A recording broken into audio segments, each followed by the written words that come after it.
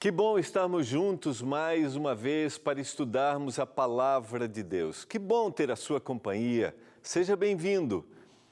Hoje nós vamos aprofundar ainda mais e vamos entender quais foram as consequências do erro, do pecado e o que isso tem a ver com a nossa vida hoje, a nossa existência.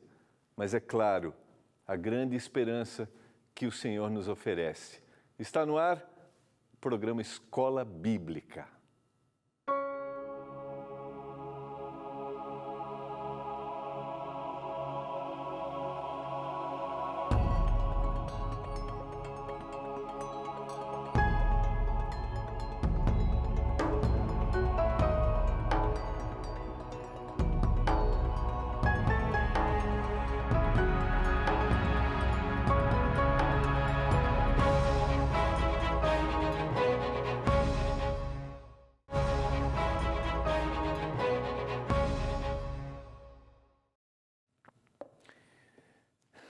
Que privilégio podermos nos encontrar mais uma vez para estudarmos a Palavra de Deus.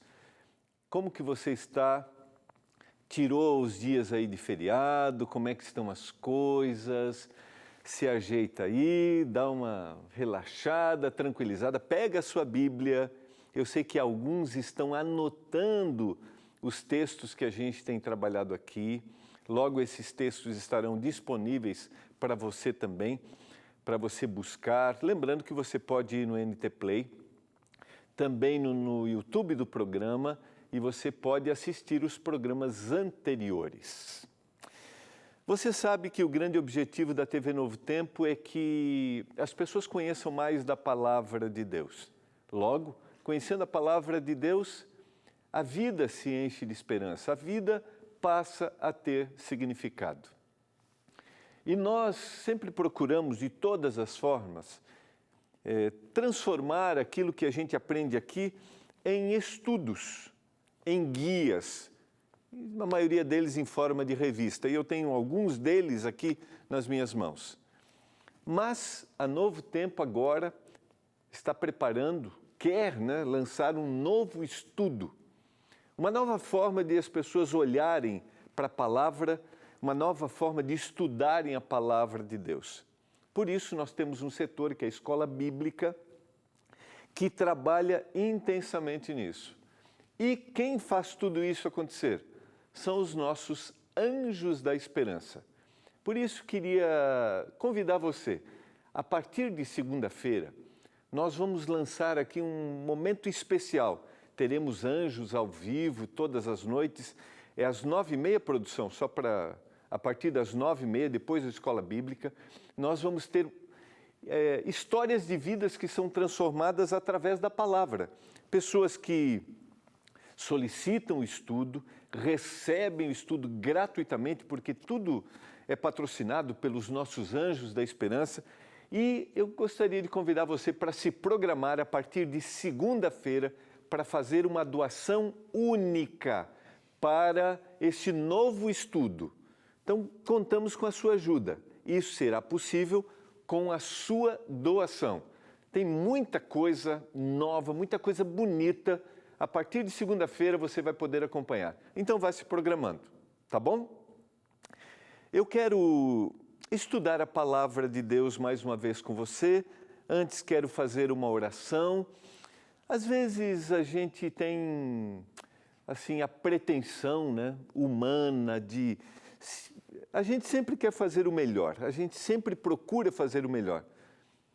Mas às vezes nós achamos que somos essenciais, O Senhor conta conosco. Mas antes da gente chegar aí na sua casa, e por isso que nós da Novo Tempo desejamos isso, nós oramos para que o Espírito Santo chegue antes. E eu acredito que antes de você ligar, antes de você acompanhar, e a gente está agora ao vivo no Facebook, tá? Você pode acompanhar a gente, ver os comentários. Antes da gente chegar, o Espírito Santo chegou. E eu quero orar para que o Espírito Santo nos dê iluminação, porque é Ele quem dá o discernimento. A gente procura fazer o melhor, mas é o Espírito que confirma, é o Espírito que abre a nossa mente. Eu quero orar nesse momento para que o Espírito nos dê iluminação, mas me permita também orar por aqueles que estão sofrendo, especificamente na guerra que a gente tem acompanhado na Ucrânia.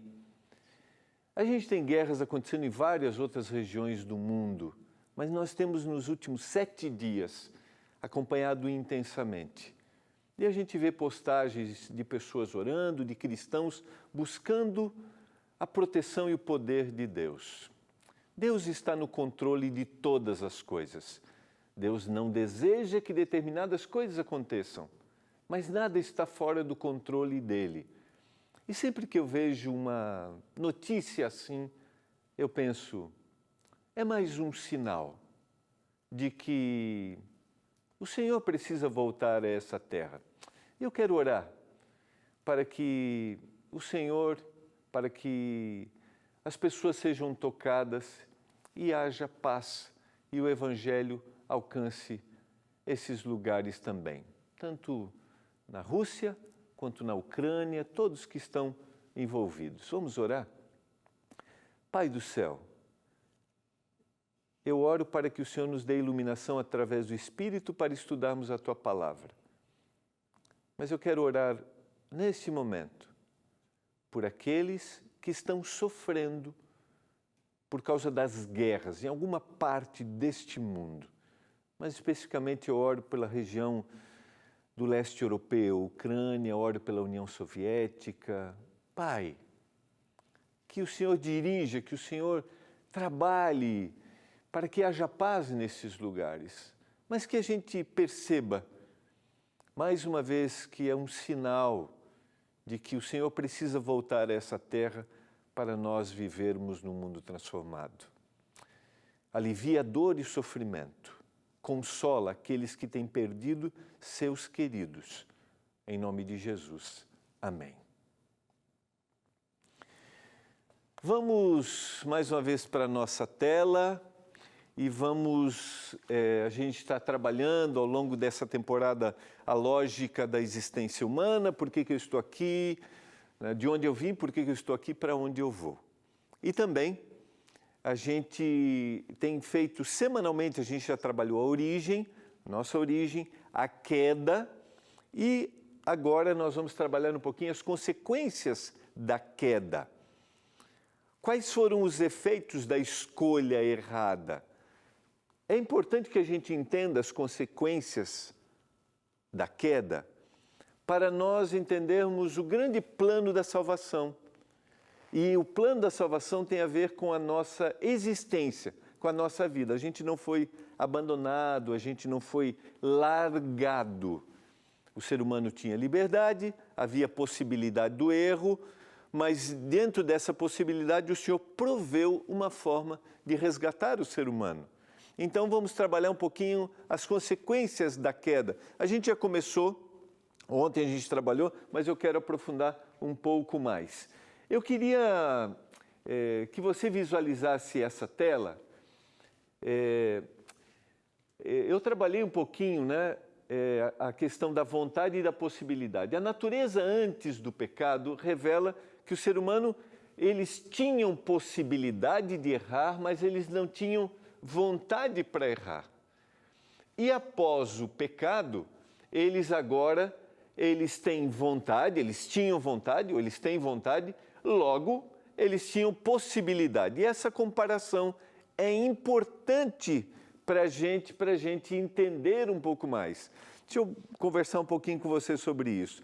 Eu acho que é possível você entender isso, essa coisa natural do ser humano de eu quero fazer o que é errado. Adão e Eva não tinham isso. É a mesma natureza, eu já trabalhei isso, eu citei isso, que Jesus vai ter quando ele vem à Terra. Eles não tinham vontade, mas tinham possibilidade. Após o erro que eles cometem, a natureza humana, ela muda. Agora, eles têm vontade e eles têm a possibilidade. Como eu e você. Nós temos uma natureza com vontade de fazer o que é errado. Logo, a gente faz o que é errado. Isso está dentro da natureza. Isso ajuda a gente a entender a necessidade que a gente tem da salvação e do Espírito Santo na nossa vida. Então vamos lá. Eu li esse texto no nosso último encontro, 1 Coríntios capítulo 15, 21 e 22, visto que a morte veio por um homem, também por um homem veio a ressurreição dos mortos. Está falando da queda de Adão e Eva, está falando daquilo que Jesus Cristo fez. Porque assim como em Adão todos morrem, assim todos serão vivificados em Cristo. A gente vai trabalhar esse tema da vivificação em Cristo, ou seja, eu sou condenado ao erro. A gente vai trabalhar na próxima semana, quando a gente trabalhar o tema da salvação. Mas o que eu quero que você capte é assim, Adão e Eva erraram, logo mudou a minha natureza. Todos se tornaram pecadores a partir dali. A minha natureza é uma natureza pecaminosa. Recordando com você o conceito bíblico a respeito do pecado, que está em 1 João capítulo 3, verso 4. Todo aquele que pratica o pecado também transgride a lei, porque pecado é a transgressão da lei. A referência que eu queria colocar aqui é as duas palavras que se repetem no texto.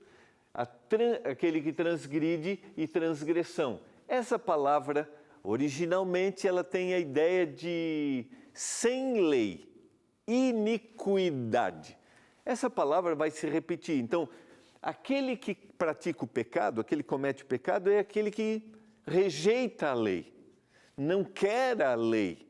Ele é contrário àquilo que Deus falou. É importante que a gente entenda algumas coisas aqui. Quando a gente fala a respeito da lei, recorda o que eu citei para você anteriormente. A lei é a proteção que Deus me dá. Logo, não pode ser uma obrigatoriedade. Não é um peso que Ele está colocando sobre mim. Lembra que eu citei?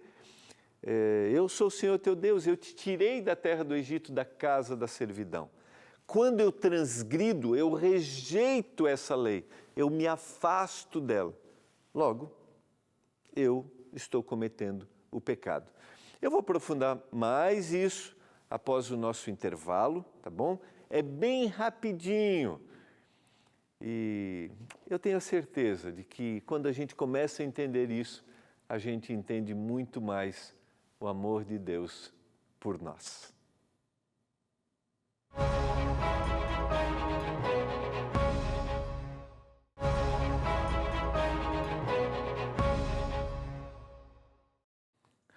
Estamos de volta, você está acompanhando o programa Escola Bíblica. Quero dizer para você que você pode mandar perguntas, comentários para o nosso WhatsApp, que é o 1298109-1268. 1298109-1268. A gente não lê todas as perguntas, todos os comentários aqui, porque a gente não tem tempo hábil para isso, né? Mas nós temos uma pessoa da nossa produção, que é a Lídia, ela tem a formação em teologia e ela compartilha junto comigo, até faz um pouquinho antes de entrar no ar, ela falou, pastor, e essa pergunta? A gente troca a ideia, mas a gente lê todas as suas perguntas e seus comentários, tá bom? E a gente tem aqui, estou vendo aqui perguntas, uma pessoa que não ama o seu marido, mas vive com ele por causa do casamento e por causa da igreja. Isso agrada a Deus? Ou essa pessoa está pecando ainda mais? Né? Por favor, me responda.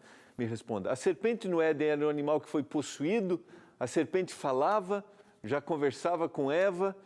São perguntas do William de Visconde do Rio Branco, em Minas Gerais, e a gente tem uma lista também de pedidos de oração. Se a gente não citar aqui, eu tenho lido os pedidos e orado por cada um deles, tá bom? Então essas perguntas a Lídia vai poder responder. Então, muito obrigado a você. A gente quer estar mais próximo, tá? E a gente quer poder ajudar você ainda mais no conhecimento da palavra de Deus e compartilhar também o nosso crescimento na nossa fé. Beleza? Então, mande suas perguntas e seus comentários. Vamos para a tela, então, para a gente continuar a nossa conversa. A palavra transgride aqui, ela é importante, sem lei e iniquidade, define o que é o pecado, mas isso é vai um pouco mais além. Então vamos lá, só para você ter uma ideia de onde essa palavra é usada, em Mateus capítulo 7, 21 a 23, o Senhor está falando para os falsos profetas. Ali é o contexto, é o Sermão do Monte, então ele está dizendo, cuidem com os falsos profetas. E aí, ele, a partir do verso 21, está dizendo o seguinte, nem todo que me diz Senhor, Senhor, entrará no reino dos céus, mas aquele que faz a vontade de meu Pai que está nos céus. Muitos naquele dia hão de dizer-me, Senhor, Senhor, porventura não temos nós profetizado em Teu nome não expelimos demônios, em Teu nome não fizemos muitos milagres? Então lhes direi explicitamente, nunca vos conheci, apartai-vos de mim os que praticais a iniquidade. Essa é a mesma palavra que está em 1 João capítulo 3, verso 4. Aquele que é sem lei, aquele que rejeita a lei, aquele que rejeitou o que Deus disse. Então, só para aprofundar, agora vamos lá na sequência. Muito mais do que uma transgressão pública, que é o pecado, a lei, é a transgressão pública. É ser contra a lei, é cometer algo que é ilegal. Muito mais do que isso, eu também posso cometer algo que é ilegal no meu pensamento também. Então é uma transgressão pública, mas a transgressão da lei pode ser no pensamento. E além disso, também é a minha natureza. Lembra a mudança da natureza? A minha predisposição para fazer o que é errado. Então vamos lá. É mais ou menos essa ideia, né? Quando houve a queda, ou seja, o ser humano começou a cometer erros, equívocos. Só que, deixa eu colocar a próxima, a gente pode ter uma ideia errada quando a gente tem essa imagem. Eu volto para essa imagem aqui. Volto para essa aqui.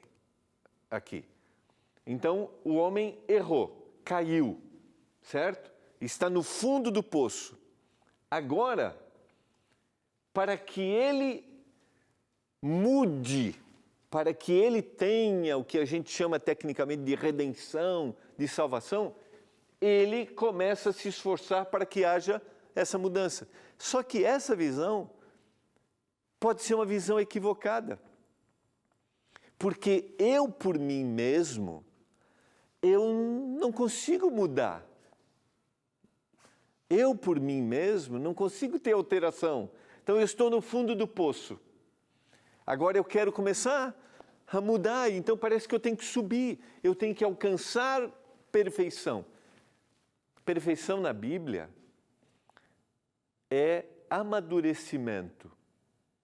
E a redenção, a gente vai ver isso na semana que vem, a salvação, não é uma coisa que eu conquisto pelos meus esforços. Eu tenho minha responsabilidade, a gente vai ver. Mas eu não conquisto pelos meus esforços, porque eu não vou mudar a minha natureza. Eu não vou conseguir. Isso foi feito pelo Senhor. E eu preciso lançar mão disso. Entender esse assunto é essencial para o plano da salvação. Porque uma visão errada sobre o pecado vai levar a gente a uma visão errada sobre salvação. Logo, vai me levar a uma visão errada do que é a vida cristã. Se eu acho que pecado são somente atos públicos, transgressão pública, que isso não está dentro do meu pensamento, que não está na minha própria natureza, eu vou querer me esforçar e vou lutar por esse esforço, e existem pessoas que buscam estratégias, e eu não vou alcançar isso. E aí eu vou me confundir do que realmente Jesus Cristo fez na cruz por mim. Deixa eu te dizer, eu já citei isso aqui em algum momento.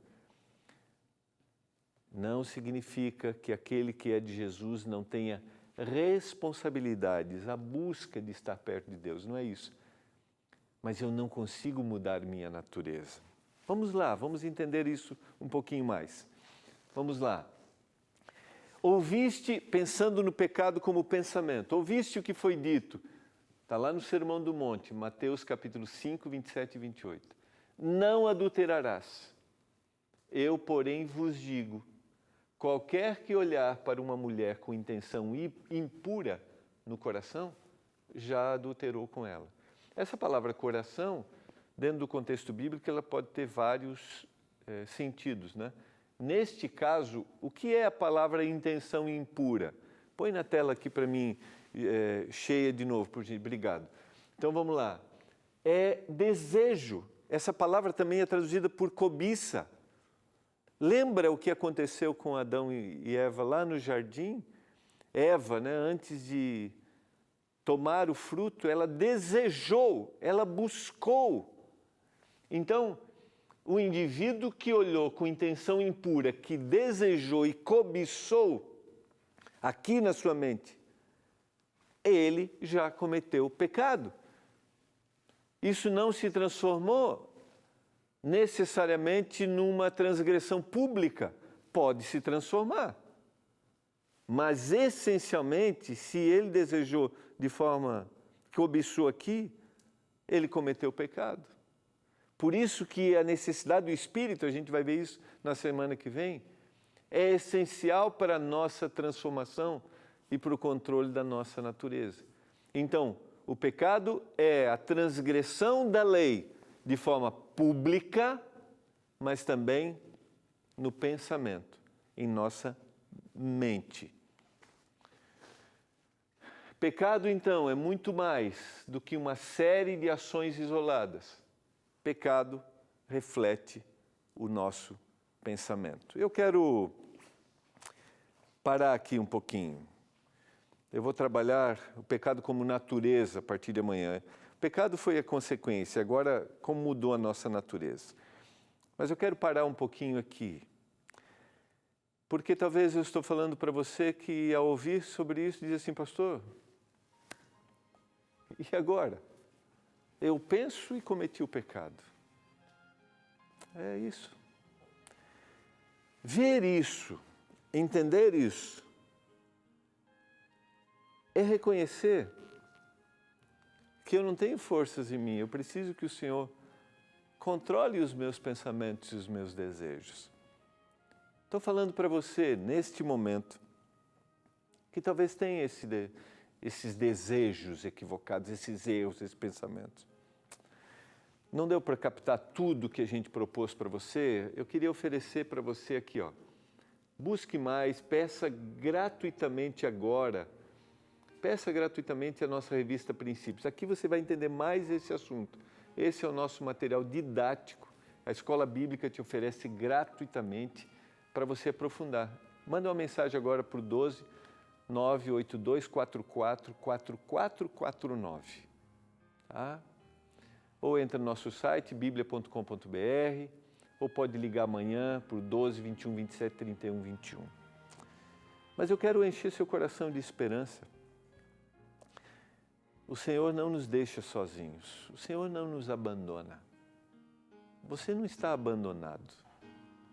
O Senhor se preocupa com você. Dona Luzia, o Senhor se preocupa com a senhora. O Senhor se preocupa com a sua família.